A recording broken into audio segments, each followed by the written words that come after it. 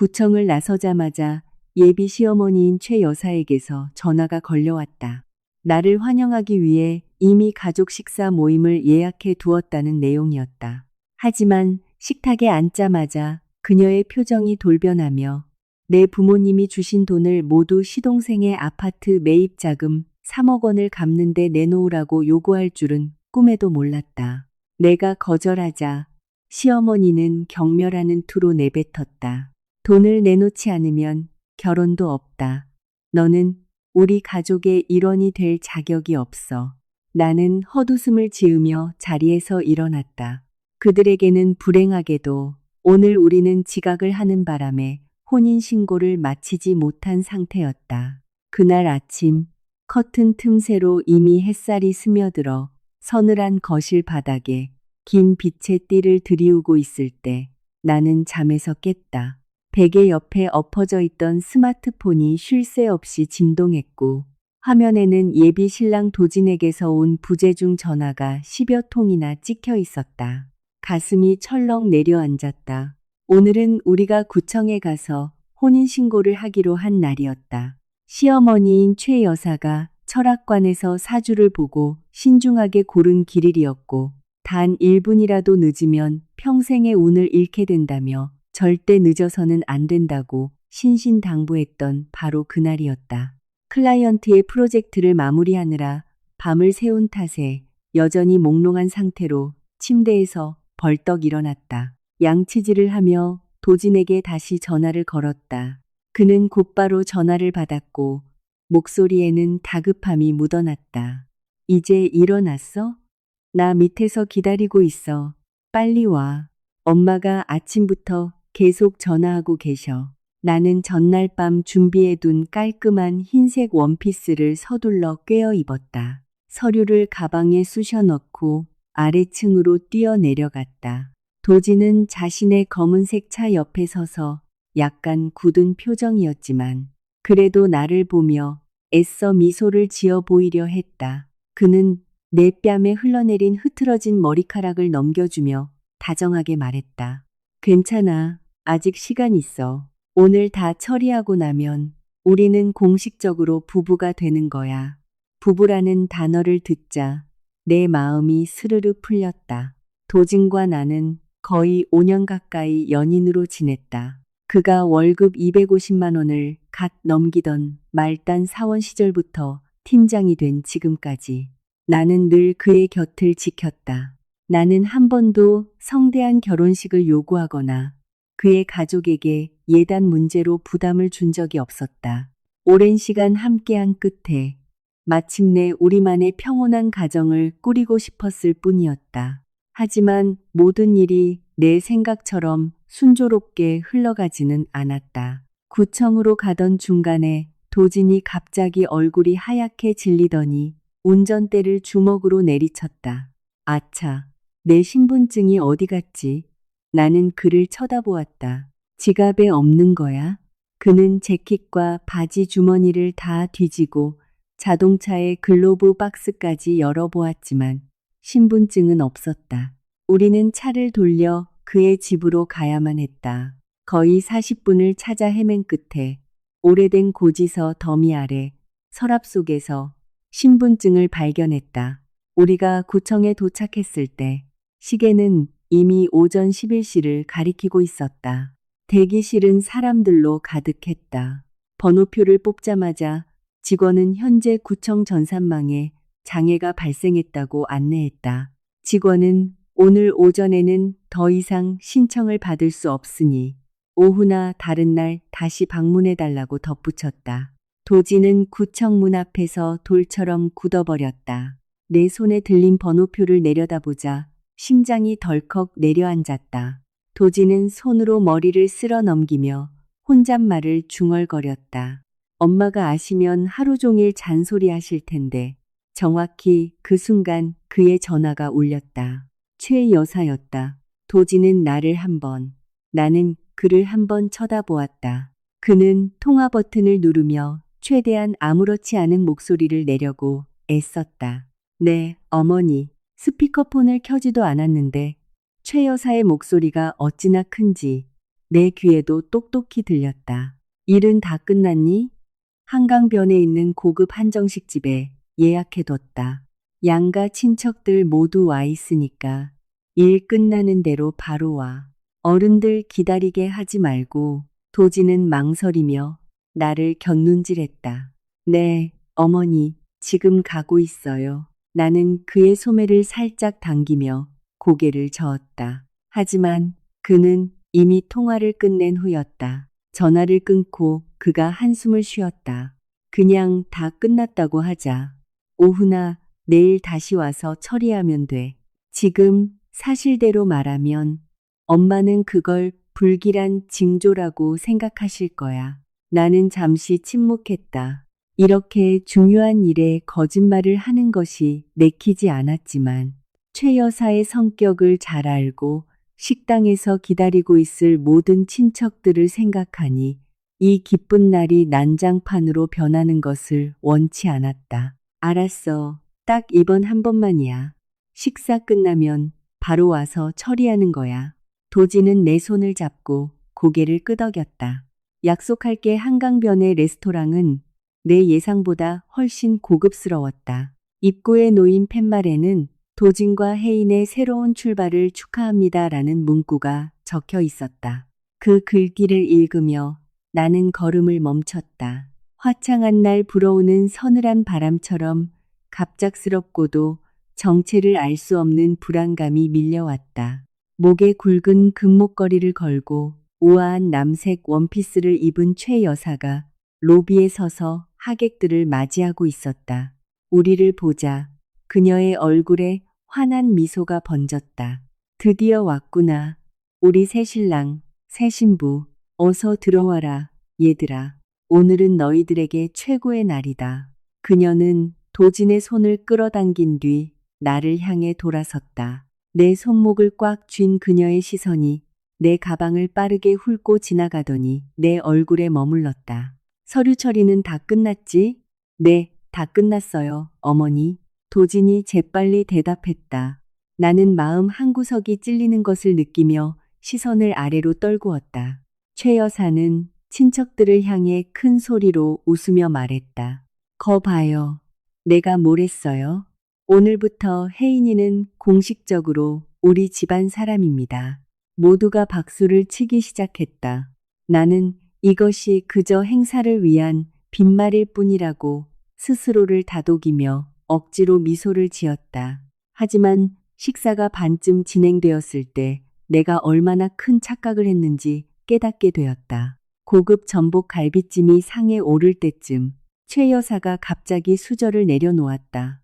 식탁 전체가 순식간에 조용해졌다. 그녀는 아까와 같은 부드러운 미소를 지으며 나를 바라보았지만 그 눈빛은 칼날처럼 날카로웠다. 혜인아, 이제 우리가 한 가족이 되었으니 이 문제에 대해 격에 없이 이야기할 수 있겠지. 나는 물잔을 내려놓았다. 물론이죠. 어머니, 말씀하세요. 최 여사는 가방에서 얇은 서류철을 천천히 꺼내 식탁 위에 올려놓고 내 쪽으로 밀었다.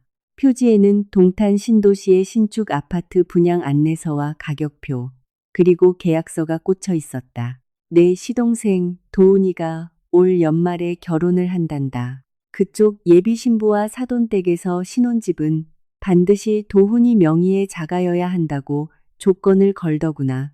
내가 다 계산해봤어. 그 30평대 아파트 계약금과 잔금을 치르려면 3억 원이 필요하단다. 우리는 방금 너희 행사에 돈을 써서 그만한 큰 돈이 없어. 네가 맏며느리고 네 친정은 여유가 있잖니. 부모님이 주신 돈으로 시동생을 좀 도와주렴. 나는 내 귀를 의심했다. 식탁에 앉은 모든 사람이 마치 이것이 세상에서 가장 당연한 일이라는 듯 나를 쳐다보고 있었다. 도지는 고개를 숙인 채 음식만 뒤적이며 단 한마디도 하지 않았다. 나는 천천히 물었다. 어머니, 저보고 도훈이 도련님 아파트 자금으로 3억을 내놓으라는 말씀이신가요? 최 여사는 미간을 찌푸렸다. 내놓으라는 게 아니라 가족을 돕자는 거지. 넌 결혼을 했으니 네 돈도 이제 이 집안의 돈이다. 게다가 형수로서 시동생의 자립을 돕는 건 집안의 체면을 세우는 아름다운 미덕이지 않니? 나는 도진을 바라보았다. 너도 그렇게 생각해. 그는 내 시선을 피하며 기어들어가는 목소리로 말했다. 혜인아, 도훈이는 내 친동생이잖아. 평생 한 번 하는 결혼이야. 우리가 도울 수 있으면 돕자. 걔도 분명 우리한테 평생 고마워할 거야. 건조한 헛웃음이 내 목구멍에서 터져 나왔다. 5년을 함께 했는데 나는 이 남자를 아주 잘 안다고 생각했었다. 그가 선량하고 나를 사랑하며 단지 어머니에게 조금 순종적일 뿐이라고 여겼다. 하지만 그 순간 에어컨 바람과 비싼 음식 냄새로 가득 찬 이 방 안에서 내 곁에 앉은 남자는 끔찍할 정도로 낯선 사람이 되어 있었다. 나는 식탁 위의 서류철을 보았다가 다시 최 여사를 보았다. 제가 오늘 동의하지 않으면요. 그녀의 얼굴에서 미소가 싹 사라졌다.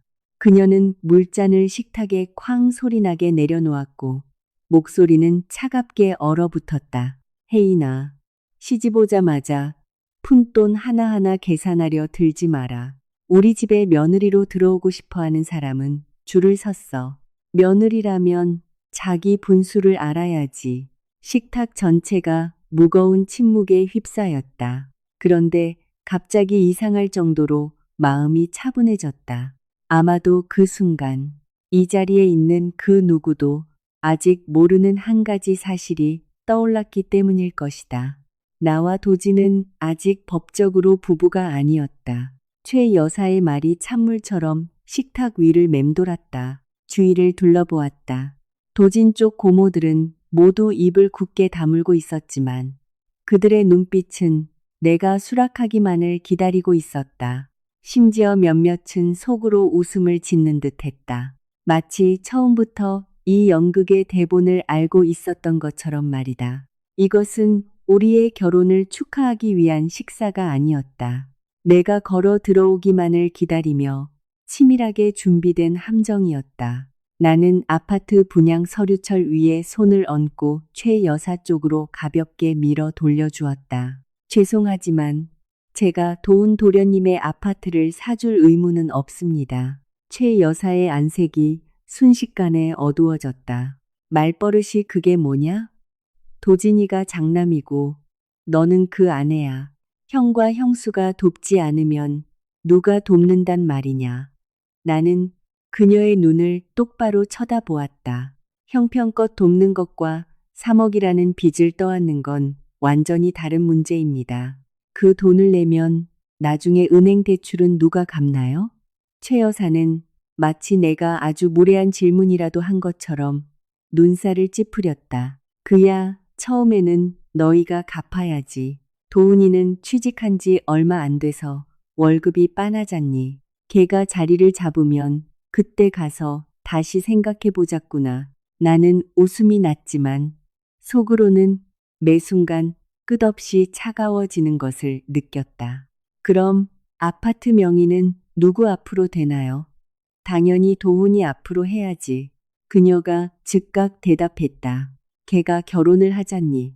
그 집은 그 아이들의 보금자리가 될 텐데. 나는 여전히 차분한 목소리로 고개를 끄덕였다. 그러니까 제가 돈을 내서 집을 구하고 대출금도 제가 갚아야 하는데 명의는 도훈 도련님 앞으로 한다는 거군요. 어머니는 정말 그게 상식적이라고 생각하시나요? 최 여사가 손으로 식탁을 내리치자 식기들이 덜그럭거렸다.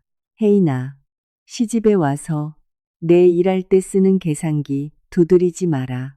며느리가 되었으면 희생할 줄도 알아야 하는 거야. 자기 주머니만 챙기려는 여자는 그 어느 집안에서도 환영받지 못한다. 옆에 앉아있던 고모 중 한 명이 거들었다. 맞아, 세아가 돈이야 있다가도 없는 거지. 가장 중요한 건 가족의 정이란다. 나는 도진을 향해 고개를 돌렸다. 나는 여전히 그가 나를 위해 단 한마디라도 변호해 주기를 기다렸다. 아주 작은 한마디라도 좋았다.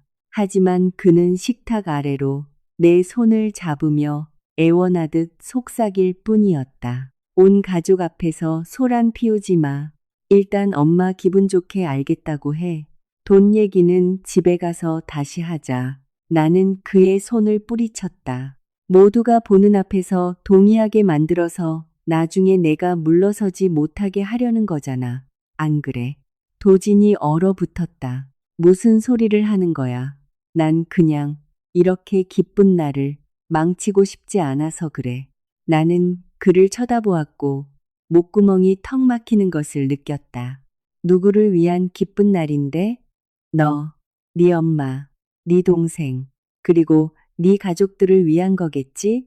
지난 5년간 너와 함께하면서 사랑이 체면보다 중요하다고 믿고 그 많은 수모를 말없이 견뎌온 나는 이 기쁜 날의 일부이긴 한 거야. 최 여사는 내가 물러설 기미를 보이지 않자 언성을 높였다. 혜인아, 내 직설적으로 말아마. 내 친정은 돈이 많아. 부모가 아파트도 사주고 돈도 줬잖니. 뭐하러 그렇게 다 움켜쥐고 살려고 하느냐. 새로운 가족이 되었으면 친정의 복을 시댁으로 가져와야 하는 거야. 돈 많은 새며느리가 구두쇠라는 소리 듣게 만들지 마라. 나는 씁쓸하게 웃었다. 저희가 결혼 이야기 나눌 때 어머니는 집안 형편이 어려워 예단은 못하겠다고 하셨죠. 전 군말 없이 동의했어요.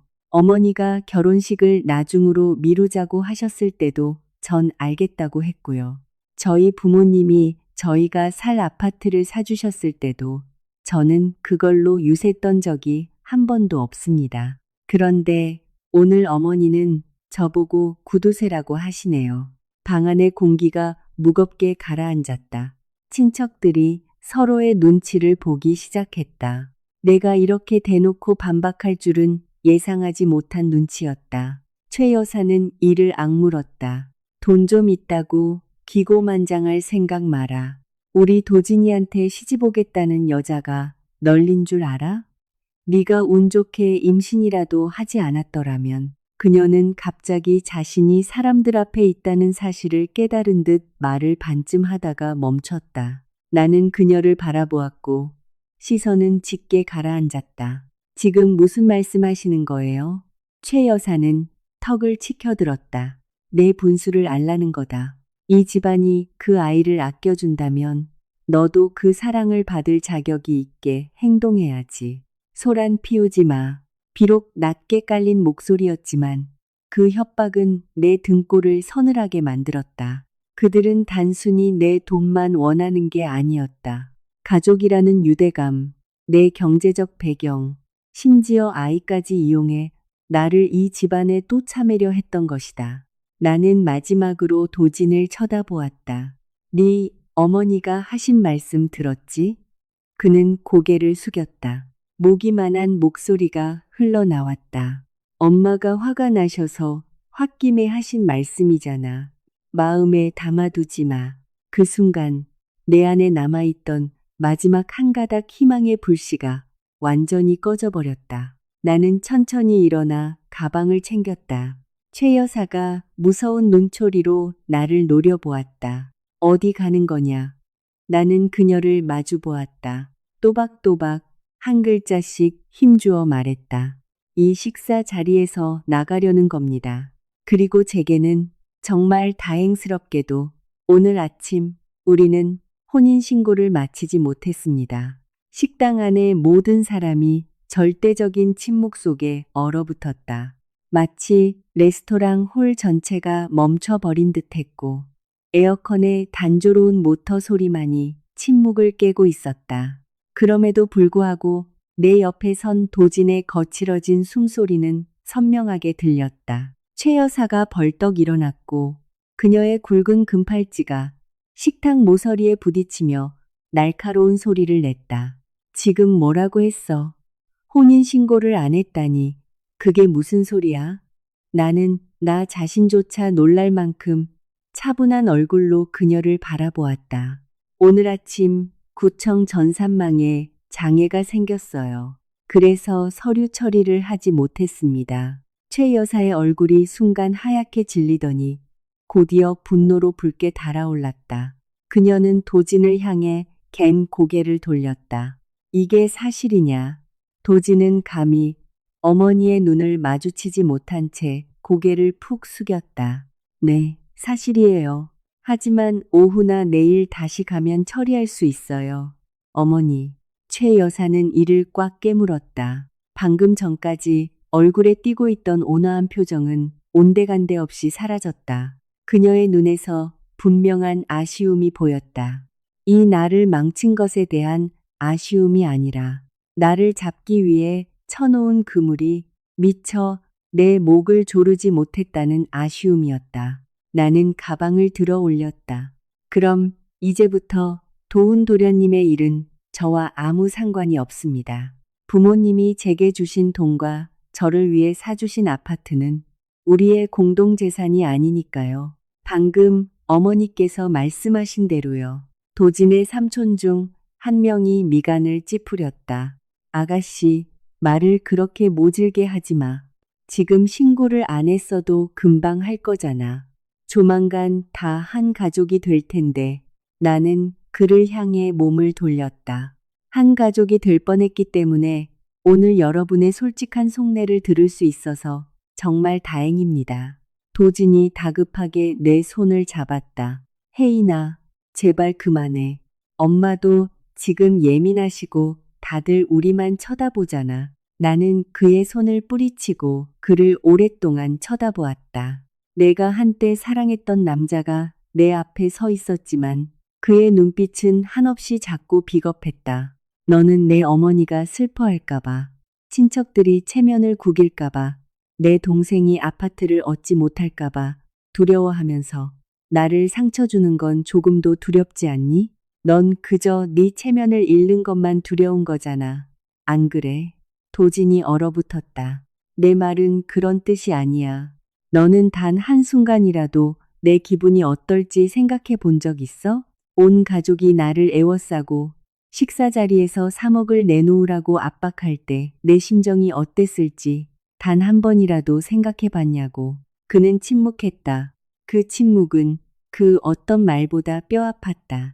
나는 씁쓸하게 웃었다.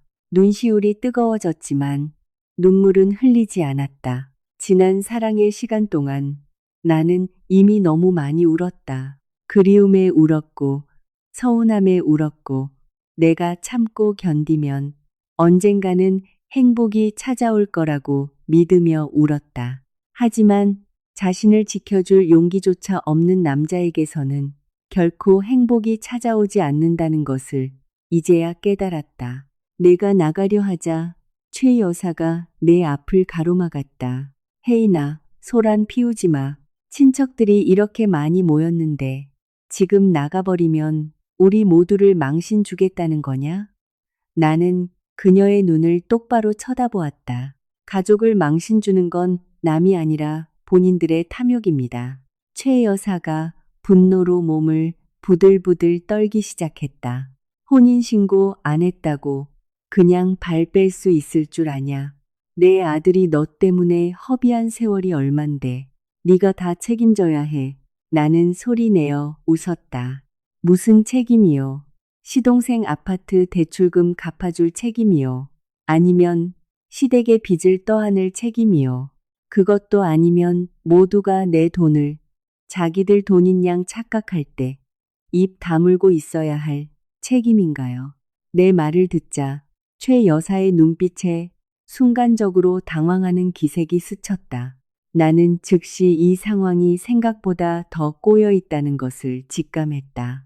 예전에 그녀가 나를 도와주러 집에 왔을 때 반찬이나 약을 편하게 사시라고 내 계좌에 연결된 가족 카드를 하나 드린 적이 있었다. 그녀가 알뜰한 성격이니 선을 넘지 않을 거라고 생각해서 결제 내역을 자주 확인하지는 않았었다. 하지만 그녀의 당황한 표정을 보니 가슴이 철렁 내려앉았다. 나는 더 이상 아무 말도 하지 않았다. 몸을 돌려 레스토랑을 빠져나왔다.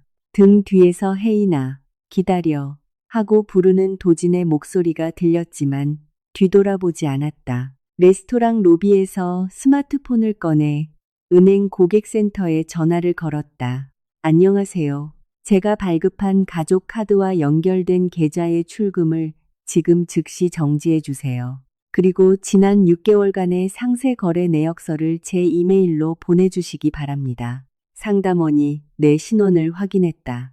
나는 떨리지 않는 또렷한 목소리로 모든 질문에 대답했다. 통화가 끝난 후 나는 레스토랑의 유리문 앞에 서서 지나가는 차들을 바라보았다. 서울의 하늘은 화창했지만 내 마음은 차갑게 얼어붙어 있었다. 이 순간부터 나는 단순한 이별뿐만 아니라 수면 위로 드러나기를 기다리는 온갖 추악한 진실과도 맞서야 한다는 것을 잘 알고 있었다. 급하게 호출한 택시를 타고 레스토랑을 떠났다. 차창밖 서울 도심은 아무 일도 없었다는 듯 여전히 활기찼다.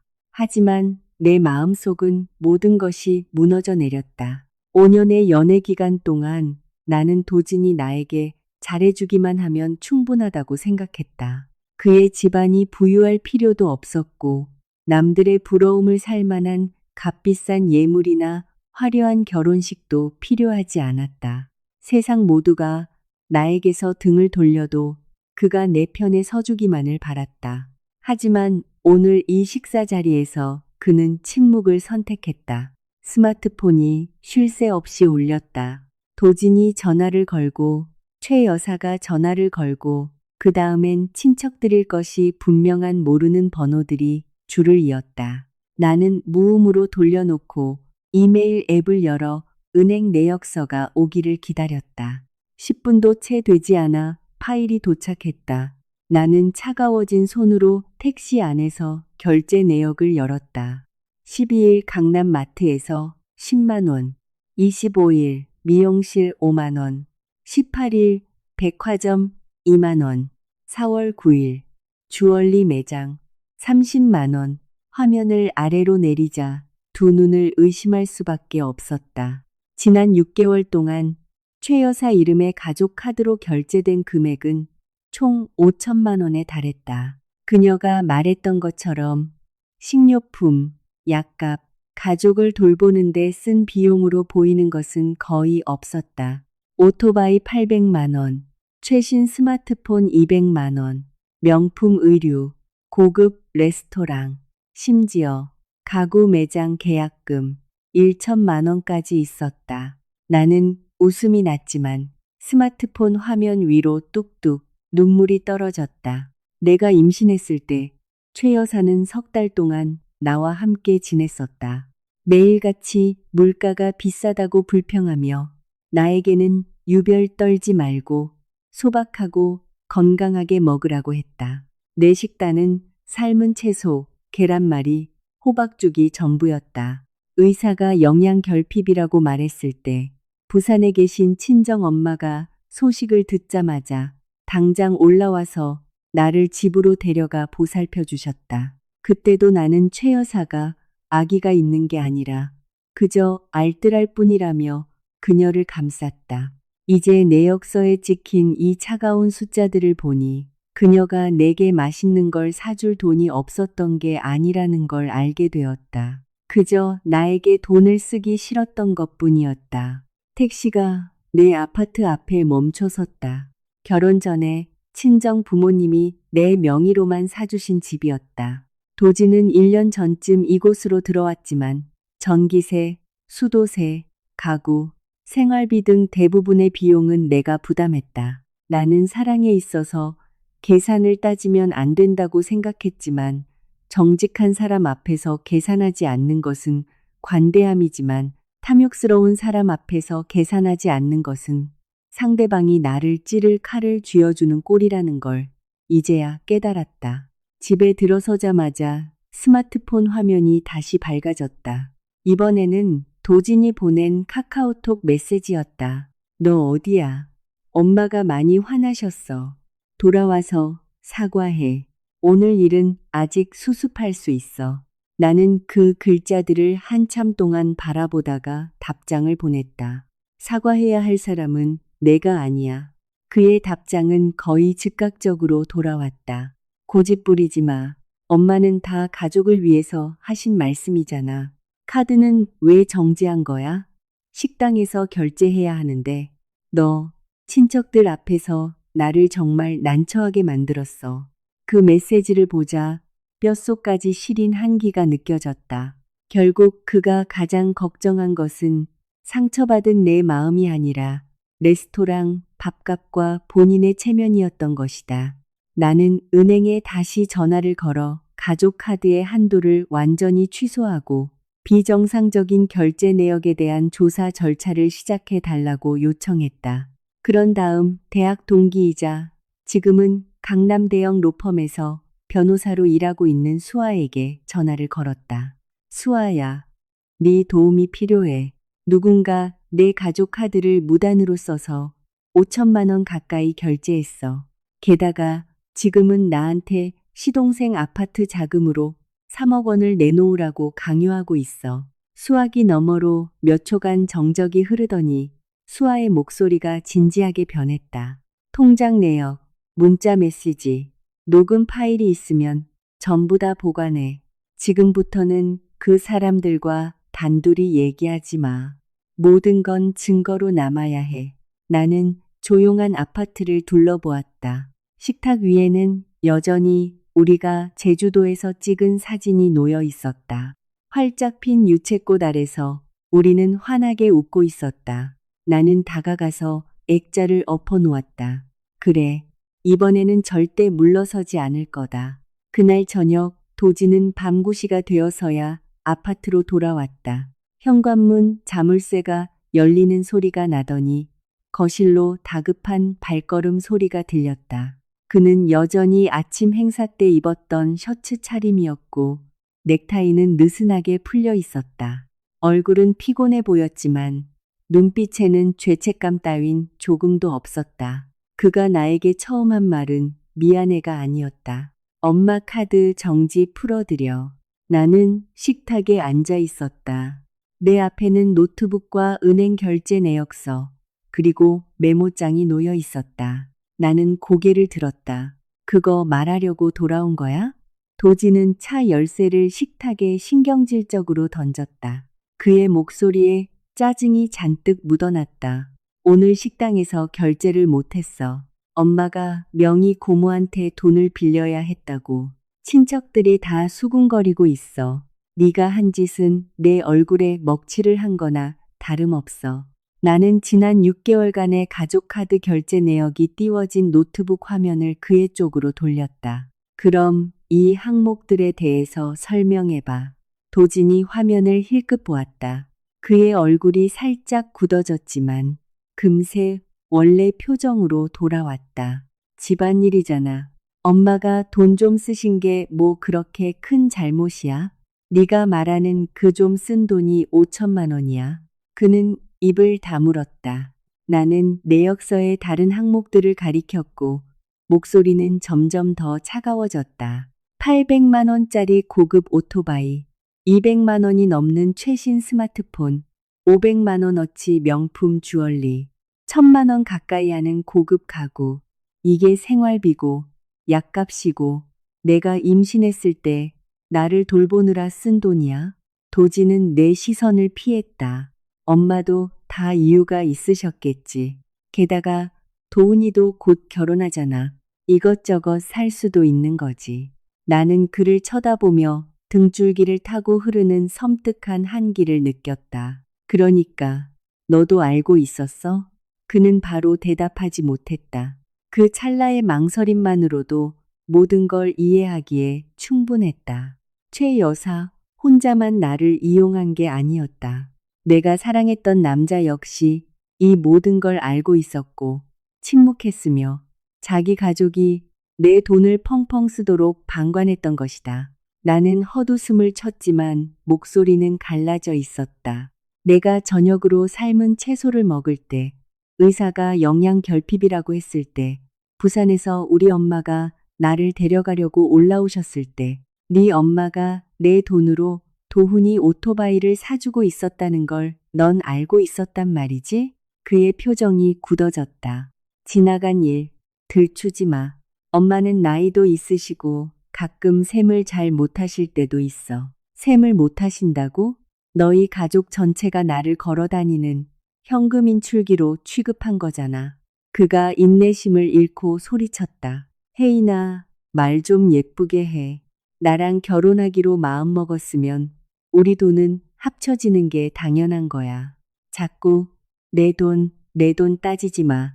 나는 자리에서 일어나 안방으로 들어갔다. 이 집의 부동산 등기 서류철을 꺼내와 그의 앞에 던지듯 내려놓았다. 이 아파트는 내 명의야. 살 때 들어간 돈은 우리 부모님이 주신 거고 네가 여기 들어와 살기 시작한 이후로 넌 방세 한 푼 낸 적 없으면서 오늘 내 돈이 너희 돈이라고 말하네. 도지는 서류철을 내려다보며 입술을 깨물었다. 나 쫓아내려는 거야. 쫓아내는 게 아니라 당장 나가라고 요구하는 거야. 그는 멈칫했다. 혜인아, 오버하지 마. 우리 5년이나 만났어. 고작 돈 문제 때문에 모든 걸 끝내겠다고? 나는 그를 오랫동안 쳐다보았다. 그 5년의 시간이 긁힌 필름처럼 머릿속을 스쳐 지나갔다. 그가 퇴근하기를 기다렸던 수많은 시간, 그에게 돈을 빌려주었던 수많은 날들, 어머니를 끔찍이 아끼는 남자는 심성도 착할 거라며 나 자신을 위로했던 수많은 순간들. 하지만 결국 어머니를 향한 그의 이른바 효심은 나에게 일방적인 희생을 강요하기 위한 핑계에 불과했다. 돈 때문이 아니야. 오늘 드디어 내 진짜 밑바닥을 봤기 때문이지. 내 스마트폰이 울렸다. 수아였다. 나는 스피커폰으로 전환했다. 혜인아, 결제 내역 다 확인했어. 전부 보관해도. 지금부터 그 사람들이 집에 찾아와서 소란을 피우면 전부 녹화해. 홈캠도 켜두고. 혼자서 말싸움하지 마. 도지는 변호사라는 말을 듣자마자 온몸을 굳혔다. 진짜 변호사한테 전화한 거야? 나는 그를 보며 차분하게 대답했다. 응. 오늘부터 너희 가족이 하는 말은 단 한 글자도 믿지 않을 거니까. 도지는 마치 도저히 믿을 수 없는 말을 들은 것처럼 나를 쳐다보았다. 어쩌면 그의 머릿속에서 나는 여전히 옛날의 그 순종적인 여자일지도 몰랐다. 몇 번 사과하면 다 용서해 주던 그런 여자. 하지만 이번엔 더 이상 내 자신을 속이고 싶지 않았다. 나는 안방에서 그의 여행 가방을 꺼내와 거실 한가운데에 놓았다. 네, 짐 싸. 오늘 밤 당장 네 엄마 집으로 돌아가. 도지는 자리에서 벌떡 일어났다. 혜인아, 정말 나를 쫓아내는 거야. 나 여기서 1년 넘게 살았어. 나는 그의 눈을 똑바로 쳐다보았다. 네가 여기서 살긴 했지만 이 집이 네 소유였던 적은 한 번도 없어. 네가 내 진짜 가족이 될 거라 믿었기 때문에 문을 열어줬던 것뿐이야. 하지만 오늘 너 스스로 그 믿음의 경계를 넘어가 버렸잖아. 그의 얼굴이 수치심과 분노로 붉게 달아올랐다. 사람을 남대하듯 말하지 마. 내가 내 가족 챙기는 게 뭐가 어때서 그래? 우리 엄마는 늙으셨고 도훈이는 내 동생이야. 그 사람들을 버릴 순 없어. 널 버릴 수 없다면 그렇게 해. 하지만 네가 그들을 사랑한다는 이유로 그 비용을 나한테 대신 지불하라고 강요할 권리는 없어. 도지는 입을 다물었다.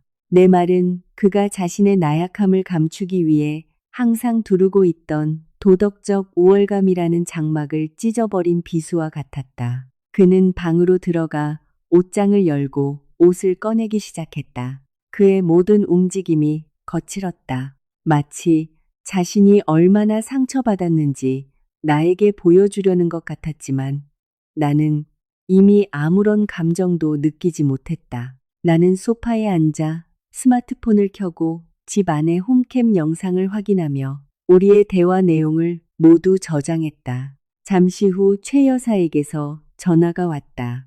나는 받지 않았다. 곧바로 카카오톡 메시지가 날아왔다. 아주 대단하시다. 아직 시집에 들어오지도 않은 게 벌써 남편을 쫓아내. 돈 좀 있다고 사람을 밟고 다녀도 되는 줄 아냐? 나는 화면을 캡처하고 답장하지 않았다. 곧이어 도진의 친척 단톡방에 메시지들이 올라오기 시작했다. 최 여사는 장문의 글을 올려 내가 뻔뻔하게 시댁을 무시하고 5년 동안 자기 아들을 속였으며 시동생을 돕기 싫어서 이제 와서 아들을 버렸다고 적었다. 그녀는 또한 자기 가족이 식사 자리를 마련하고 며느리로 환영해 주었는데 내가 그들 모두를 모욕했다고 덧붙였다. 한 고모가 답글을 달았다. 요즘 애들은 참 무서워. 결혼도 하기 전부터 경제권 다 쥐려고 하고 남편을 집에서 쫓아내다니. 또 다른 삼촌이 거들었다. 도진이가 너무 착해서 저런 애한테 당하는 거야. 남자는 기가 죽으면 안 돼. 나는 그 글들을 한 줄 한 줄 다 읽었다. 내 손은 더 이상 떨리지 않았다. 수아의 말이 맞았다. 이제부터 모든 것은 증거로 남아야 했다. 나는 모든 대화를 캡처하고 단톡방을 나갔다. 그 사이 도진이 방에서 여행 가방을 끌고 나왔다. 그는 현관문에 멈춰 섰다. 눈은 충혈되어 있었지만 목소리는 여전히 뻣뻣했다. 생각할 시간을 딱 하룻밤 주겠어. 내일 엄마한테 사과하고 카드 정지 풀고 도훈이 돕는 거 동의하면 아무 일도 없었던 걸로 쳐줄게. 나는 그를 쳐다보다가 갑자기 웃음이 터져 나왔다. 네가 도대체 무슨 자격으로 나한테 기회를 준다는 건데. 그는 얼어붙었다. 나는 다가가서 현관문을 열었다. 도진아, 네 엄마가 아파트 분양 서류서를 식탁에 올려놓았을 때 네가 침묵했던 그 순간 우리 사이는 이미 다 끝난 거야. 그는 가방을 끌고 나갔지만 문이 닫히기 직전 뒤를 돌아보며 말했다. 후회하게 될 거야. 너 혼자 우리 가족 전부를 감당할 수 있을 것 같아? 쾅 하고 문이 닫혔다. 나는 잠시 가만히 서 있다가 도어록을 잠갔다. 그날 밤 나는 한숨도 자지 못했다. 자정쯤 스마트폰이 새로운 알림을 울렸다. 최 여사가 인스타그램과 유튜브에 영상을 하나 올렸다. 그녀는 영상 속에서 눈물을 흘리며 나를 속물이고 꽃뱀이며 자기 집안의 명예를 짓밟은 여자라고 떠들고 있었다. 영상 아래에는 수백 개의 댓글이 달리기 시작했다. 나는 어둠 속에서 차갑게 빛나는 화면을 보며 진짜 싸움은 이제부터 시작이라는 것을 직감했다. 최 여사의 영상은 내 생각보다 훨씬 빨리 퍼져나갔다. 하룻밤 사이에 옛 친구들, 회사 동료들, 심지어 나와 함께 일하던 몇몇 클라이언트들까지 무슨 일인지 묻는 메시지를 보내왔다. 영상 속에서 그녀는 수수해 보이는 블라우스를 입고 집안의 작은 기도상 앞에 앉아 눈물을 훔치며 내가 어떻게 지난 5년간 자기 아들을 기만했는지 털어놓고 있었다. 내가 그들에게 환영 행사를 열라고 강요해 놓고서 내 명의로 모든 것을 돌려주지 않자 마지막 순간에 그들을 버렸다는 식이었다. 그녀의 말은 너무나도 그럴듯했다. 나를 탐욕스럽고 배은망덕하며 시댁을 무시하는 여자로 묘사하기 위해 단어 하나하나를 아주 교묘하게 선택했다. 영상 아래 달린 댓글들을 읽었다. 어떤 사람들은 나를 세상에서 제일 나쁜 년이라고 욕했고 다른 사람들은 도진이 너무 착해서 나한테 휘둘린 거라고 떠들었다. 나는 화면을 끄고 거실에 조용히 앉아 있었다. 뜬 눈으로 밤을 새운 탓에 누군가 머리를 조이는 것처럼 두통이 밀려왔다. 하지만 내 정신은 무서울 정도로 맑았다. 예전의 나라면 아마 울고불고 난리를 쳤을 것이다. 도진에게 전화를 걸어 어머니가 왜 이러시는 거냐고 따졌겠지. 하지만 지금은 그저 끔찍하게 피곤할 뿐이었다. 상대방이 나를 짓밟기 위해 이미 가족의 편을 들기로 작정한 이상 꼬치꼬치 따져 묻는 건 그저 내 상처를 더 깊게 만들 뿐이라는 걸 깨달았다. 다음 날 아침 일찍 수아가 우리 집을 찾아왔다. 그녀는 출력해온 카드 결제 내역서, 다발과 내가 전날 밤 그녀에게 보낸 진술서를 식탁 위에 올려놓았다. 너희 두 사람은 부부가 아니야. 이 아파트는 전적으로 내 소유고 통장에 있는 돈도 내 개인 재산이야. 법적인 관점에서 그들은 너한테 단돈 10원도 요구할 권리가 없어. 나는 고개를 끄덕였다. 그 사람들이 내 가족 카드를 멋대로 쓴 건 어떻게? 수아는 형광펜으로 칠해진 결제 내역을 가리켰다. 네가 처음 카드를 만들어준 목적이 병간호와 생활비 보탬이었다는 걸 증명할 수 있고 그들이 도훈이 오토바이나 다른 비싼 물건을 사는 등 사적인 목적으로 무단 사용했다는 걸 입증하면 전액 반환을 청구할 수 있어.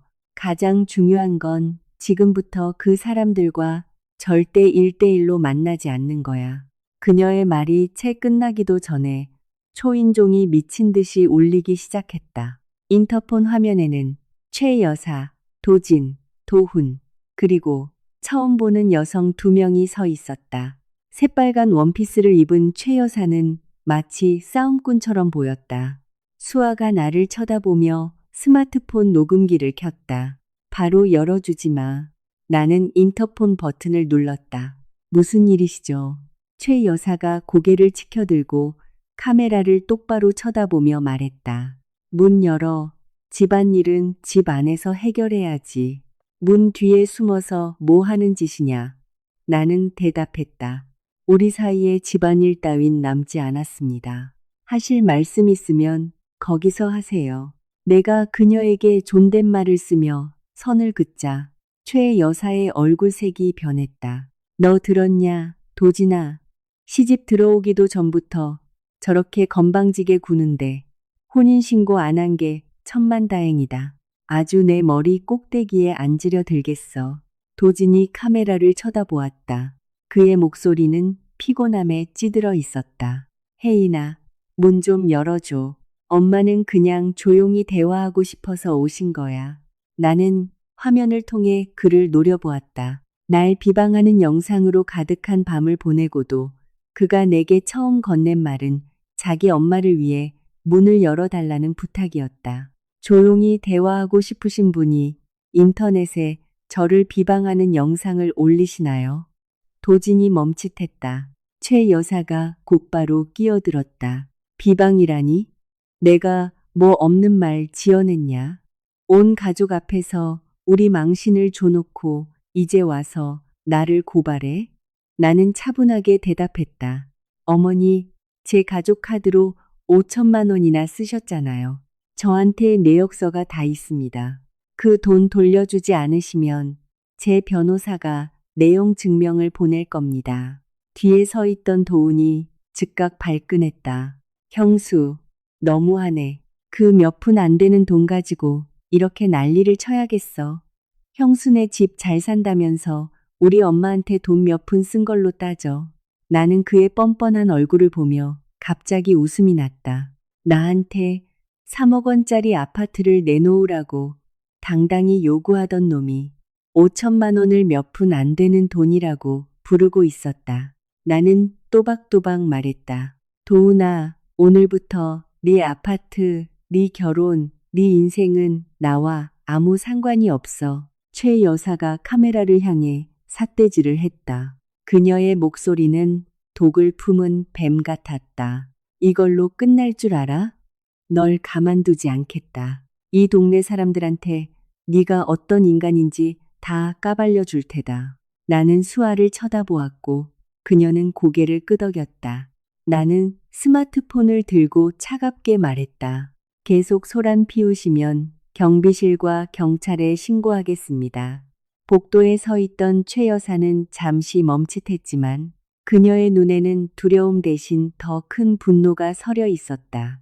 나는 이 일이 여기서 끝나지 않을 것임을 직감했다. 경비원들이 금방 도착했다. 인터폰 화면을 통해 경비원이 최 여사 일행과 내 집 현관문 사이에 서는 것을 볼 수 있었다.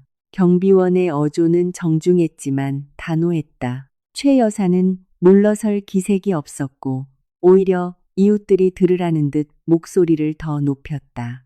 아저씨, 전 그냥 예비 며느리랑 대화 좀 하러 온 건데 애가 내 코앞에서 문을 닫아버리잖아요.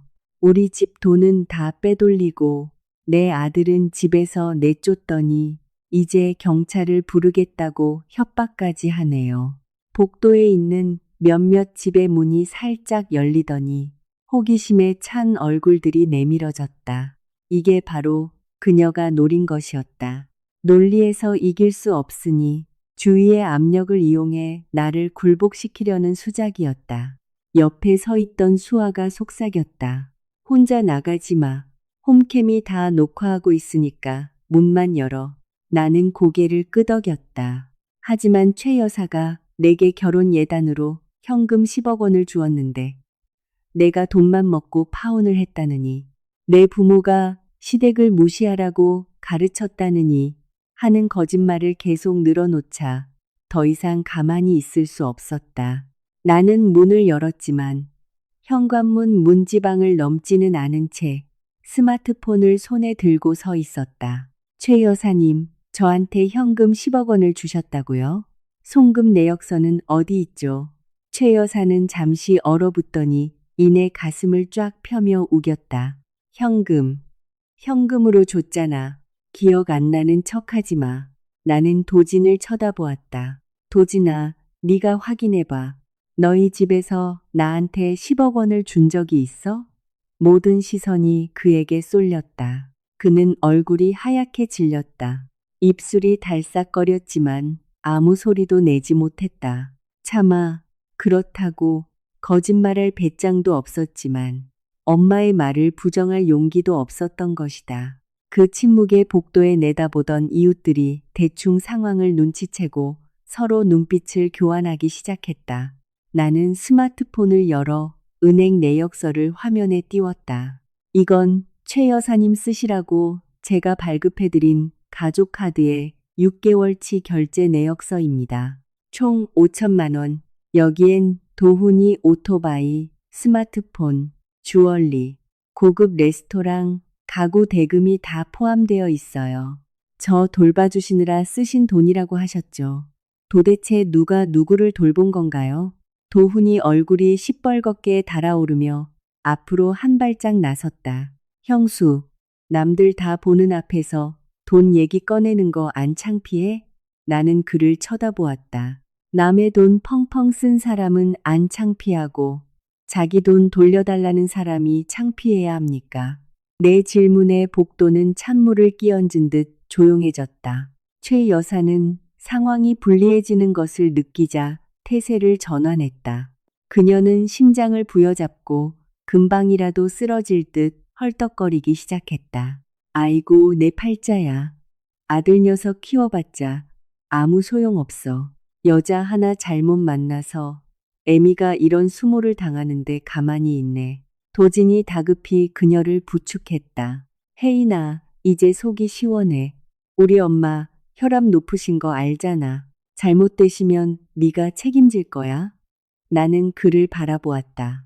마음 한구석이 아팠지만 더 이상 그에 대한 동정심은 남아있지 않았다. 네 엄마가 날 모함하는 영상을 올릴 때 넌 내가 견딜 수 있을지 물어본 적 있어? 네 가족이 내 돈을 펑펑 쓸 때 넌 내가 상처받을 거라 생각한 적 있냐고. 그는 입을 다물었다. 최 여사는 갑자기 도진을 밀쳐내고 나를 향해 삿대질을 했다. 그래, 증거 원한다고? 나도 증거 있어. 네가 내 아들 평판 다 망쳐놓고 몇 년이나 같이 산 증거. 이제 와서 결혼 안 하겠다면 너도 위자료 내놔야 할 거다. 수아가 앞으로 나섰다. 그녀의 목소리는 차갑고 단호했다. 저는 혜인 씨의 법률 대리인인 변호사입니다.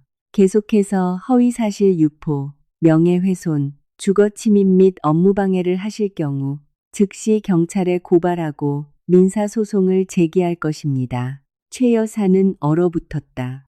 그녀의 눈에서 처음으로 두려움의 그림자를 보았지만 그녀는 곧 경멸하듯 비웃었다. 변호사면 다야? 법이 너같이 은혜도 모르는 기집애 편을 들어줄 것 같아. 나는 그녀를 바라보며 천천히 말했다. 법은 눈물에 흔들리지 않아요. 법은 증거를 봅니다. 그 순간 내 스마트폰이 진동했다.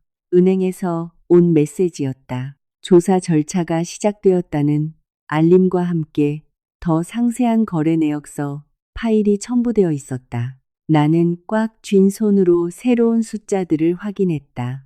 그 안에는 아파트 계약금이라는 저교와 함께 도훈의 계좌로 직접 송금된 내역이 있었다. 오늘의 이 난장판이 그들의 탐욕의 시작이 아니었다는 사실이 드러났다. 이것은 오래전부터 치밀하게 준비된 계획의 빙산의 일각일 뿐이었다. 나는 모두가 볼 수 있도록 결제 내역 화면을 크게 띄웠다. 도훈의 계좌로 이체된 3억 원이라는 금액과 아파트 계약금이라는 저교가 선명하게 찍혀 있었다.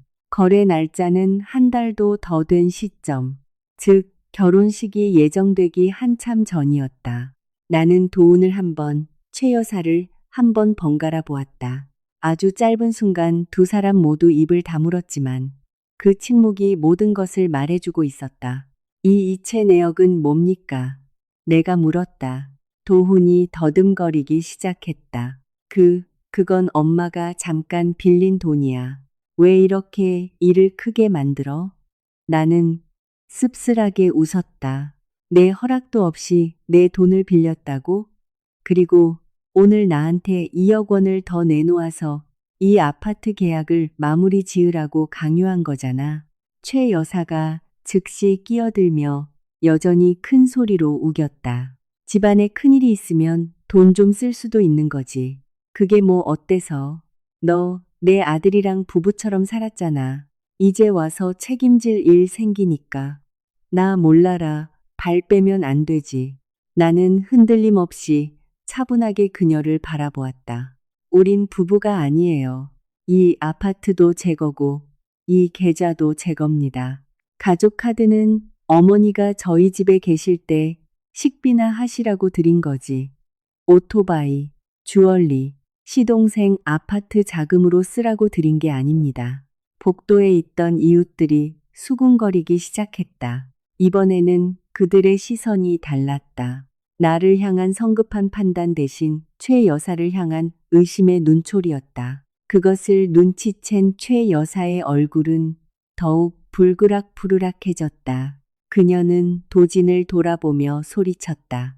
넌 꿀먹은 벙어리야. 뭐라도 말 좀 해봐. 네 애미가 남들 다 보는 앞에서 이렇게 모욕을 당하는데 가만히 있을 거냐? 도진이 나를 쳐다보았다. 그의 눈에는 애원과 원망이 뒤섞여 있었다. 혜인아, 변호사까지 써서 우리 엄마를 꼭 벼랑 끝으로 몰아야겠어? 심장이 쿡 찔리는 듯했다. 이 순간까지도 그는 자기 엄마가 코너에 몰린 것만 볼 뿐, 내가 이용당하고 모함받고 돈까지 빼앗긴 것은 대수롭지 않게 여기고 있었다.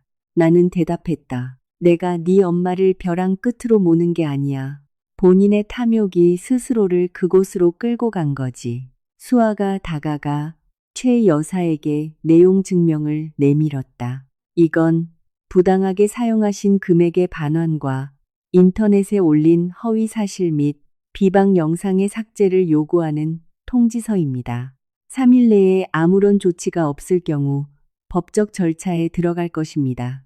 최 여사는 서류를 땜 낚아채더니 쓱 훑어보고는 우리 눈앞에서 북북 찢어버렸다. 내가 쫄 줄 알아? 하나 말해둘까? 너희들이 계속 이따위로 나오면 너희 둘 사이의 진짜 비밀을 만천하에 까발려 주마. 그때 가서 누가 누굴 편드는지 두고 보자고. 심장이 덜컥 내려앉았다. 그녀가 말하는 비밀이 무엇인지 알 수 있었다. 도진의 자존심을 지켜주기 위해 내가 오랫동안 숨겨왔던 일, 그것은 그의 비밀일 뿐만 아니라 나의 소리 없는 상처이기도 했다. 도진은 그 말을 듣자마자 얼굴이 하얗게 질렸다. 엄마, 그 이야긴 하지 마세요. 나는 고개를 돌려 그를 바라보았다. 오늘 아침 이후 처음으로 그는 정말 공포에 질려 있었다. 하지만 그건 내가 상처받을까봐 두려워하는 것이 아니었다. 자신의 비밀이 사람들에게 알려질까봐 두려워하는 것이었다. 나는 슬프게 웃었다. 두려워? 그의 입술이 파르르 떨렸다. 혜인아, 이건 그거랑 상관없는 일이야. 그 이야기는 끌어들이지 마. 나는 이 남자를 쳐다보았다. 언젠가 병원에서 나를 안고 울며 평생 내게 잘하겠다고 다짐했던 바로 그 남자. 그런데 오늘 그의 어머니가 그 비밀을 무기 삼아 나를 협박할 때 그는 여전히 자신의 체면만을 걱정하고 있었다. 나는 천천히 입을 뗐다. 나는 그 일에 대해 평생 함구하려고 했어. 하지만 네 가족이 계속 나를 괴롭히고 모함한다면 이번에는 더 이상 널 보호하지 않을 거야. 도진의 얼굴은 잿빛으로 변했고 최 여사는 얼어붙었다. 나를 찌르려던 칼날이 도리어 자신의 가족을 향할 수도 있다는 사실을 이제야 깨달은 듯 했다. 복도의 공기가 무겁게 가라앉았다. 최 여사는 나와 도진을 번갈아 보았고 그녀의 눈에는 당혹감의 그림자가 스쳤다. 나처럼 순종적이던 애가 외부인들 앞에서 감히 그 비밀을 입에 올릴 줄은 꿈에도 몰랐던 모양이었다. 도진은 핏기가 싹 가신 채 마치 석상처럼 굳어버렸다. 혜인아, 집에 들어가. 우리 둘이서만 얘기해. 나는 그를 쳐다보았다. 이제 와서 둘이서 얘기하자고? 네 엄마가 나를 모함하는 영상을 올릴 때는 그게 사적인 일이라고 생각 안 했니? 그는 주먹을 꽉 쥐며 목소리를 낮췄다. 엄마가 실수하신 건 알지만 더 이상 일을 키우지 마. 제발 부탁할게. 나는 씁쓸한 미소를 지었다. 지난 5년간 나는 그의 이런 눈빛에 수없이 양보해왔다. 그가 고개를 푹 숙이고 부탁할게 라고 말할 때마다 나는 사랑에는 힘든 순간도 있는 법이라며 스스로를 다독였다. 하지만 오늘에서야 깨달았다. 나의 양보는 다른 사람들에게 내가 아무런 경계선도 없는 호구라는 확신을 심어주었을 뿐이라는 사실을. 내 말을 듣고 최 여사는 다시 전투적인 태세를 갖췄다. 못할 말이 뭐 있어. 우리 협박하지 마. 네가 뭐 대단한 약점이라도 쥔 줄 알아? 나는 그녀를 향해 돌아섰다. 정말 여기서 다 말해도 괜찮으시겠어요? 도진이 즉각 앞으로 다가섰다. 엄마, 제발 그만하세요. 그의 외침에 모두가 얼어붙었다. 그가 최 여사에게 소리를 지르는 건 처음 보는 일이었다. 불행히도 그것은 나를 보호하기 위함이 아니었다. 그는 그저 자신의 비밀을 방어하고 있을 뿐이었다. 나는 가방에서 오래된 서류 봉투 하나를 꺼냈다. 그것은 2년 전 도진이 받았던 남성 난임 진단서의 사본이었다. 나는 누구에게도 이것을 보여주지 않고 손에 꼭 쥐고만 있었다. 의사가 자연 임신 확률이 극히 희박하다고 말했던 그날, 그는 병원 복도에 3시간 동안 앉아 단 한마디도 하지 않았다. 엄마가 알게 될까봐, 친척들이 알게 될까봐, 사람들이 자신을 반쪽짜리 남자라고 비웃을까봐 두려워했다. 그때 그의 손을 잡고 말해준 사람은 나였다. 괜찮아. 우리가 사랑하는 한 방법은 어떻게든 찾을 수 있을 거야. 도진의 얼굴은 붉어졌다가 이내 하얗게 질렸다. 최 여사는 입을 떡 벌렸다. 거짓말. 내 아들은 아무 문제 없이 건강해. 나는 한 글자 한 글자 또렷하게 힘주어 말했다. 어머니가 모르셨던 건 아드님이 제게 제발 비밀로 해달라고 애원했기 때문입니다. 그리고 저는 입을 다물었죠. 장남으로서 그의 체면을 지켜주려고요. 어머니가 상처받지 않게 하려고요. 우리의 사랑이 남들의 가십거리가 되지 않게 하려고요. 도진이 부들부들 떨기 시작했다. 혜인아, 그만해. 나는 그를 쳐다보았다. 눈물이 날 것 같아. 눈시울이 뜨거워졌다. 아니, 이걸로는 부족해. 왜냐하면 네 엄마가 나를 속물이고 사기꾼이고 너희 집안을 망신시킨 여자라고 욕할 때 넌 옆에서 입을 다물고 있었잖아. 네 엄마가 내 돈을 물쓰듯 쓸 때도 넌 입을 다물었어. 너희 온 가족이 나한테 도훈이 아파트 값을 내놓으라고 강요할 때도 넌 계속 침묵했지. 너는 나한테 내 명예를 지켜달라고 요구하면서 내 명예는 한 번도 지켜준 적이 없어. 복도에 있던 이웃들은 이제 아무 말도 하지 않았다. 도훈조차 기고만장하던 태도를 버리고 고개를 푹 숙였다. 최 여사는 반 발짝 뒤로 물러서며 여전히 방어적인 태도를 취했다. 그래서 어쨌다는 거냐? 네가 걔를 사랑한다면 당연히 이해해줘야지. 남편을 사랑하는 여자는 희생할 줄 알아야 하는 거다. 나는 대답했다. 희생이라는 게 너희 가족 전체가 나를 짓밟도록 내버려 두는 걸 의미하진 않아. 옆에 있던 수아가 내 어깨에 살며시 손을 얹었다. 나는 심호흡을 하고 마지막으로 도진을 똑바로 쳐다보았다. 너희 모자가 영상을 삭제하고 공개 사과를 하고 마음대로 쓴 돈을 돌려줄 시간을 딱 3일 주겠어. 3일이 지나면 내 변호사가 공식적으로 소송을 진행할 거야. 도진은 내게 뭔가 말하고 싶은 듯 나를 쳐다보았지만 결국 아무 말도 하지 못했다. 그리고 이번에는 그의 침묵이 나를 아프게 하지 않았다. 오히려 내가 떠나기로 한 결정이 옳았음을 증명해 줄 뿐이었다. 내가 도진에게 준 3일의 시간은 고요하게 흘러갔다. 공개 사과도, 잘못을 인정하는 메시지도, 반환된 돈도 없었다. 대신 최 여사는 한층 더 긴 글을 올렸다. 이번에는 울지 않고 피해자인 척 억울함을 호소하는 어조였다. 그녀는 내가 자기 아들의 병을 비밀 무기 삼아 그녀를 협박하고 있다고 썼다. 내가 남자의 명예를 무참히 짓밟았으며 처음부터 아파트와 돈을 가로채고 도망갈 속셈으로 모든 것을 계획했다고 주장했다. 그 글을 읽으며 나는 헛웃음만 나왔다.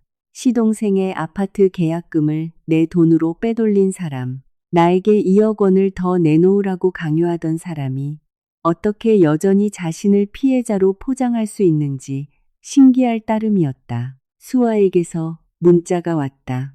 이걸로 충분해. 내일 바로 게시물 삭제 가처분, 공개 사과, 부당이득 반환 청구 소송 들어간다. 저쪽에서 더 발악할 테니 단단히 준비해. 나는 답장했다. 준비됐어. 하지만 사실 누군가 한때 사랑했던 사람이 등을 돌리는 순간 찾아오는 그 감정은 결코 완벽하게 준비할 수 없는 법이다. 그날 저녁 도진은 아파트 1층 공동 현관 앞에서 나를 기다리고 있었다. 그는 눈에 띄게 수척해져 있었다. 턱에는 수염이 덥수룩했고 셔츠는 구겨져 있었다.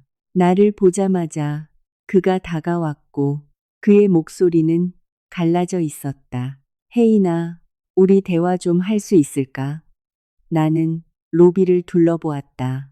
감시 카메라가 있었고 경비원도 있었다. 사람들도 지나다니고 있었다. 나는 고개를 끄덕였다. 여기서 해. 그는 나를 쳐다보았다. 눈은 충혈되어 있었다. 꼭 이렇게까지 해야겠어. 나는 반문했다. 이렇게라니? 내 돈을 돌려받고 나에 대한 비방을 멈추게 하는 거? 그는 두 손을 모은 채 고개를 숙였다. 우리 엄마가 잘못한 건 알아. 하지만 그래도 우리 엄마잖아. 네가 소송을 걸면 엄마는 못 견디실 거야. 도훈이도 곧 결혼이고 지금 집안이 완전 난장판이야. 나는 가슴 깊은 곳에서 익숙한 통증을 느끼며 그를 쳐다보았다. 너무나 익숙해서 아플 지경이었다. 항상 자기 엄마, 자기 동생, 자기 가족, 그의 입에서 나는 단 한 번도 보호받아야 할 사람이 아니었다. 도진아, 내가 가장 상처받은 게 뭔지 알아? 그가 고개를 들었다. 돈도, 아파트도, 네 엄마의 모욕도 아니야. 가장 아픈 건 네가 항상 이 모든 상황이 잘못되었다는 걸 알면서도 매번 그들 뒤에 숨어서 나한테만 조용히 넘어가라고 강요했다는 사실이야. 그는 목이 메는 듯 했다. 난 그냥 모든 게 원만하게 해결되길 바랐던 것뿐이야. 나는 옅게 미소 지었다. 누구를 위해서 원만하게? 네 엄마 체면 지키기 위해서? 도훈이 결혼할 때 아파트 한 채 쥐어주기 위해서? 네 비밀이 들통나지 않게 하기 위해서? 그럼 나는 돈도 잃고 명예도 잃고 신뢰도 잃어야 해. 그래야 너희 가족이 평화로워지는 거야? 도지는 대답하지 못했다. 그의 눈시울이 더욱 붉어지는 것이 보였지만 이번에는 그의 눈물을 닦아주고 싶은 마음이 전혀 들지 않았다. 예전에는 그의 이런 나약함을 사랑했었다. 내 사랑으로 그 빈자리를 채워줄 수 있을 거라 믿었다. 하지만 자신의 상처를 핑계로 다른 사람에게 끊임없이 희생을 강요하는 남자의 나약함은 그저 이기심에 불과했다. 그는 한 발짝 다가왔다.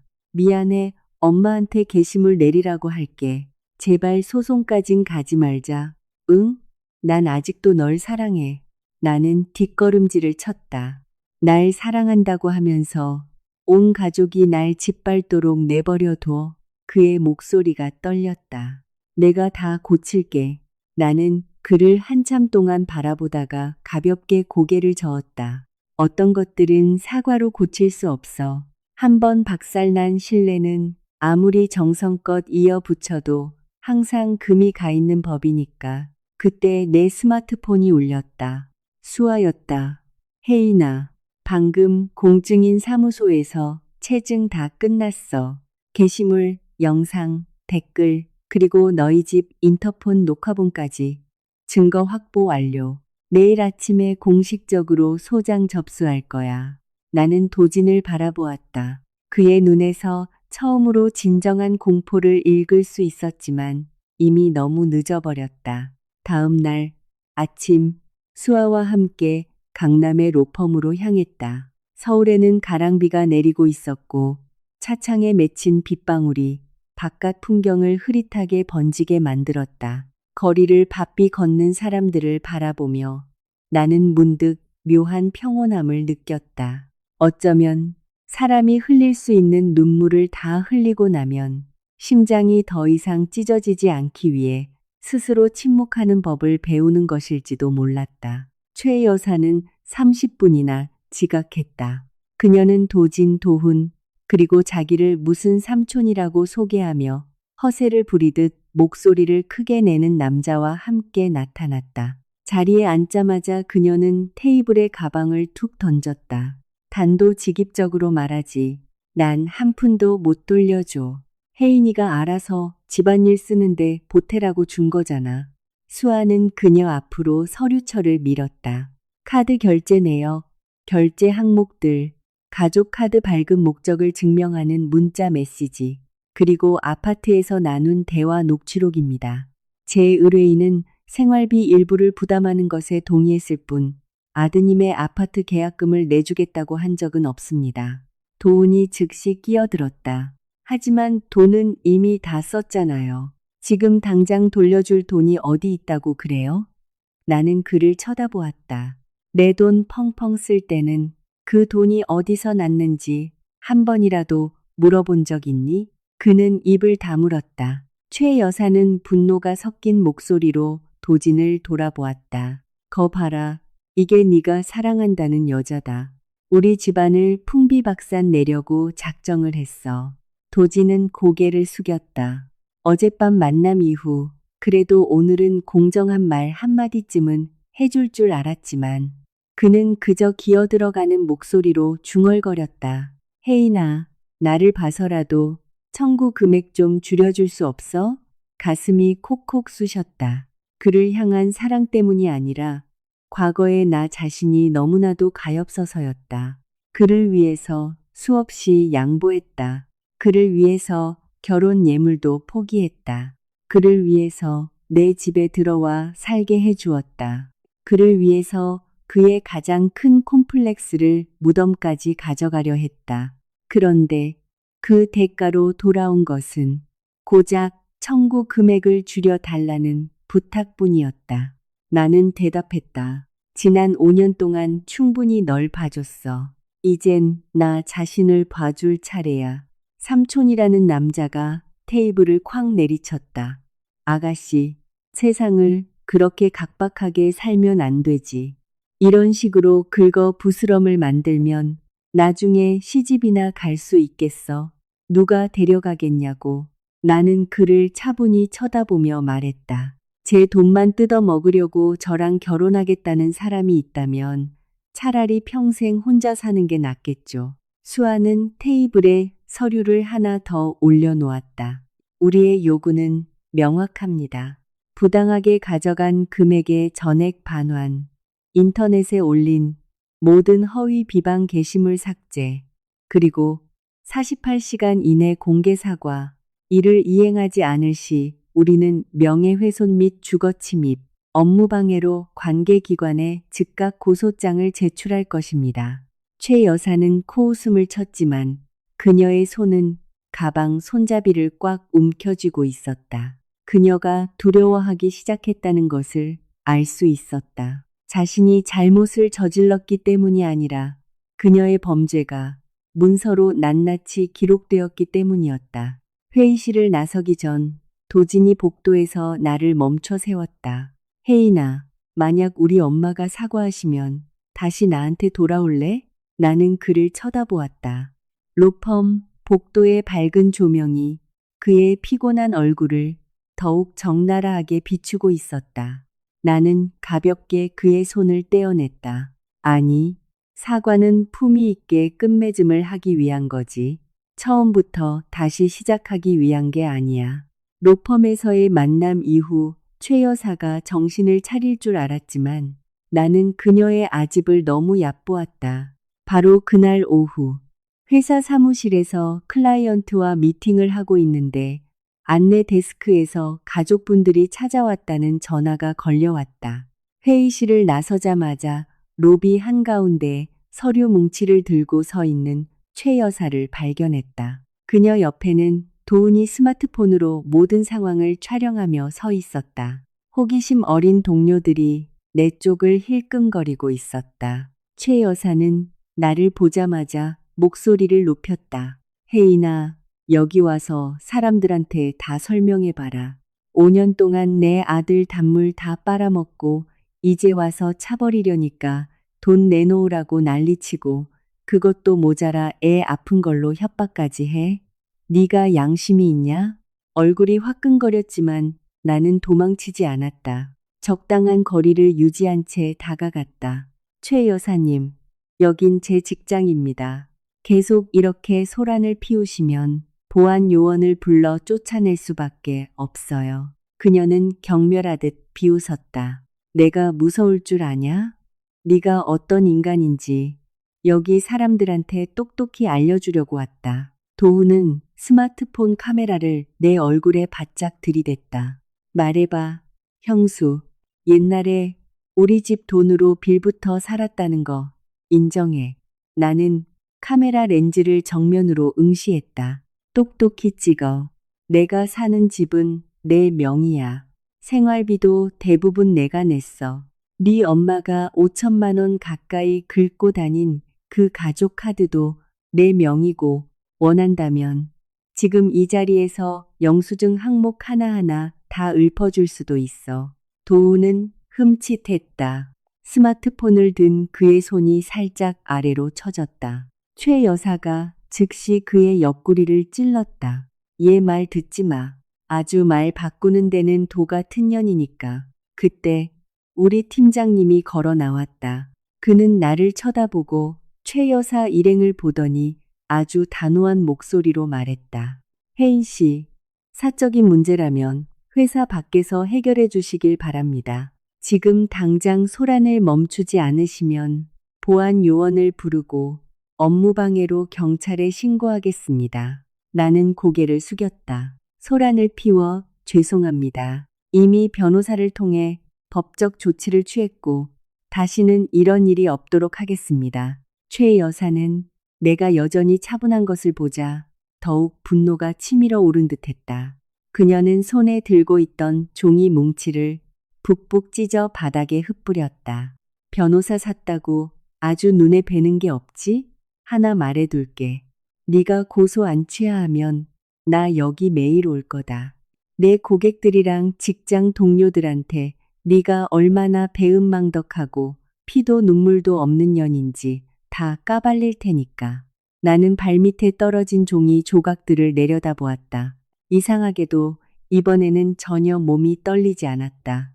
나는 스마트폰을 꺼내 스피커폰을 켜고 수아에게 전화를 걸었다. 수아야, 최 여사님이 지금 우리 회사 로비에 오셨어. 난동을 피우고 영상을 찍으면서 앞으로도 계속 내 명예를 훼손하겠다고 협박하고 계셔. 회사 감시 카메라에 다 녹화됐을 거야. 수아의 또렷한 목소리가 울려 퍼졌다. 거기 가만히 있어. 말 섞지 마. 오늘 바로 추가 고소장 접수할게.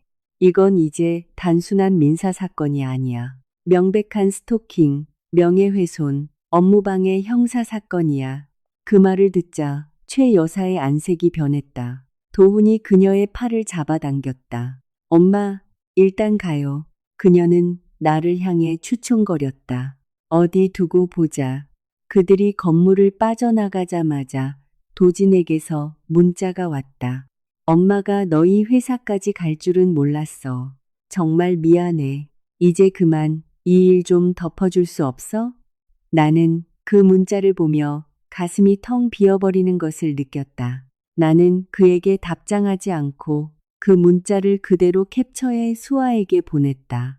어떤 사람들은 자기들에게 불이익이 떨어질 때만 사과를 한다. 나에게 그런 뒤늦은 사과는 이미 아무런 가치도 없었다. 최 여사가 내 직장에서 난동을 피운 후 이 일은 더 이상 단순한 집안 싸움이 아니게 되었다. 수아는 나를 대리해 관할 경찰서에 모든 증거 자료를 제출했고 명예훼손과 심각한 업무 방해에 대한 손해배상 청구 소송을 걸었다.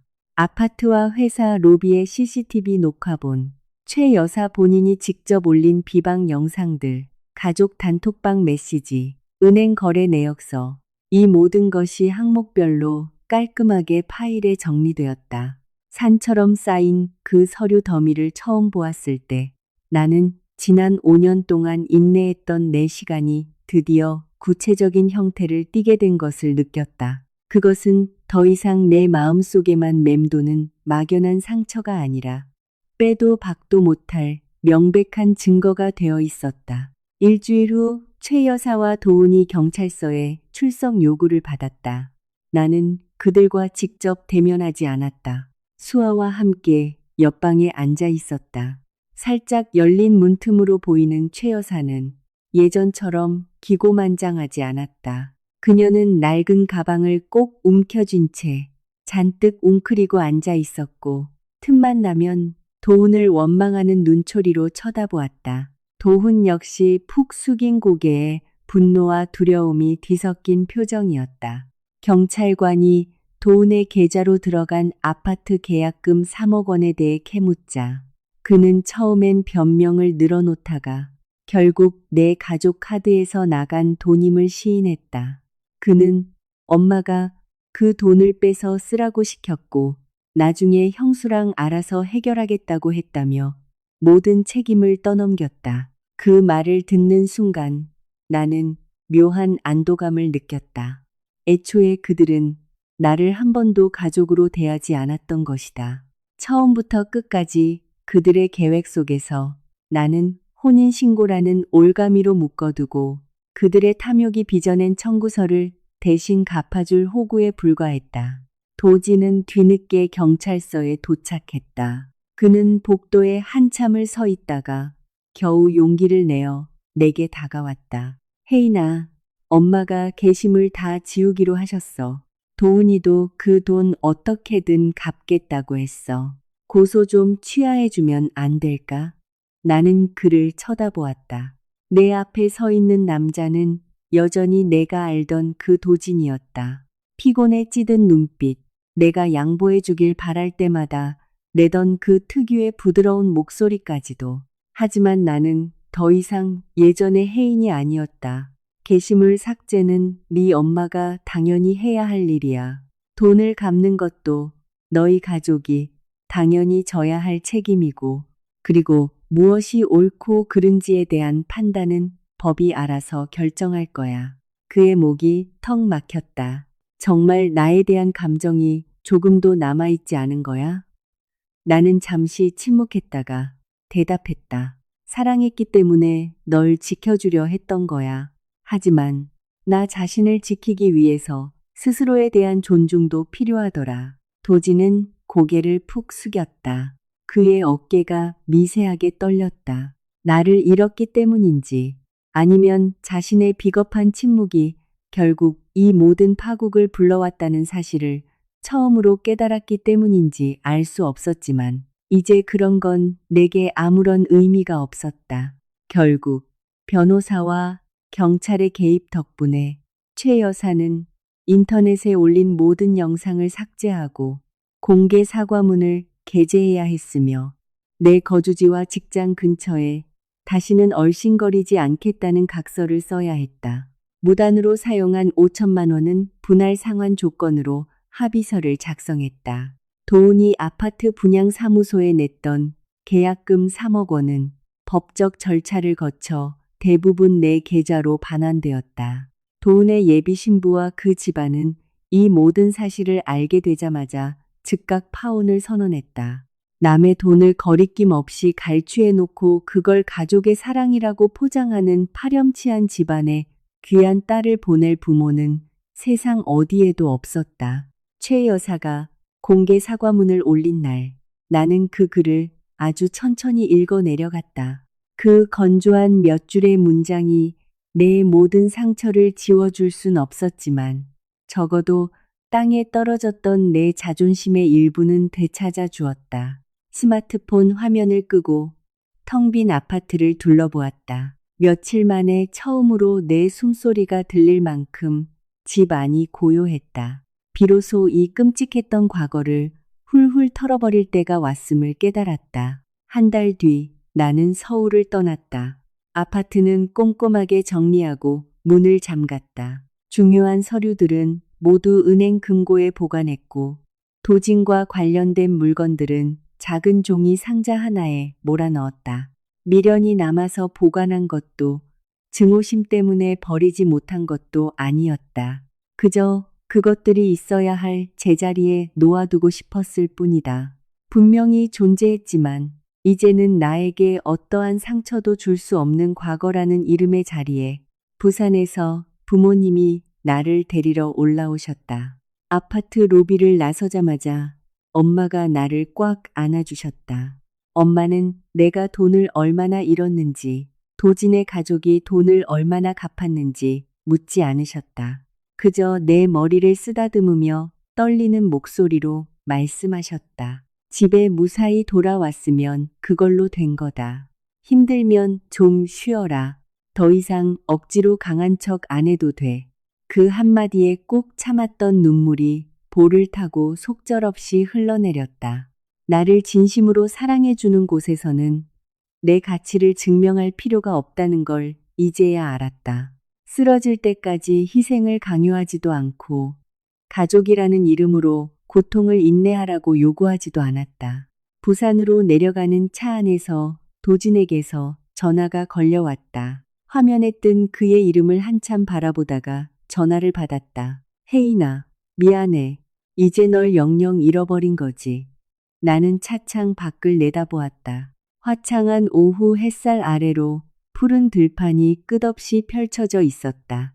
넌 오늘날 잃은 게 아니야.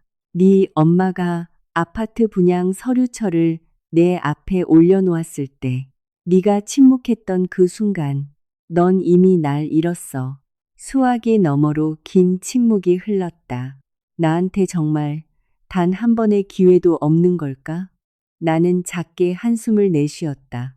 없어. 내 마음 편하자고 용서하는 거지만 다시 상처받기 위해 너에게 돌아가진 않을 거야. 나는 전화를 끊었다. 이번에는 내 손이 조금도 떨리지 않았다. 그 후 며칠 동안 나는 고향인 부산에서 새로운 삶을 시작했다. 원격으로 프리랜서 업무를 몇 개 맡았고, 가끔은 엄마를 따라 시장에 가거나 아빠와 정원에 물을 줬다. 저녁이 되면 마루에 걸터 앉아 나뭇잎을 스치는 바람 소리를 들었다. 오랫동안 잊고 지냈던 진정한 평온이 밀려왔다. 도진의 가족은 결코 평온하지 못했다.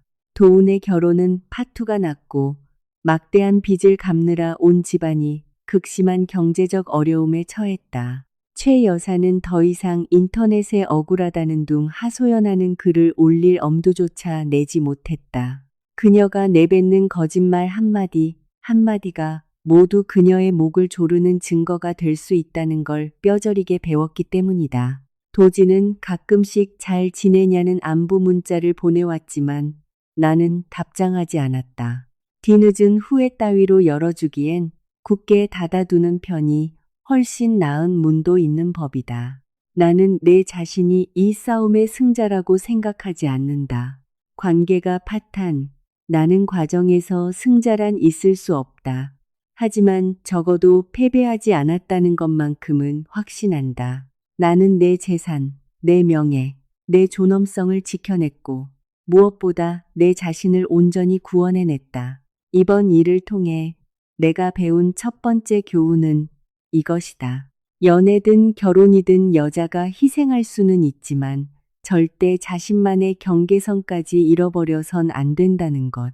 두 번째 교훈은 돈 문제는 항상 투명하고 확실해야 한다는 것. 재정적인 모호함은 아주 쉽게 사랑을 착취의 도구로 변질시키기 때문이다. 세 번째 교훈은 자기 가족이 저지르는 부당함으로부터 당신을 지켜줄 용기가 없는 남자는 결코 평생의 반려자가 될 수 없다는 것. 그리고 마지막 교훈. 진정한 가족이란 당신에게 고통을 감내하라고 강요하는 곳이 아니라 당신이 언제든 돌아와 다시 시작할 수 있는 용기를 주는 곳이라는 사실이다.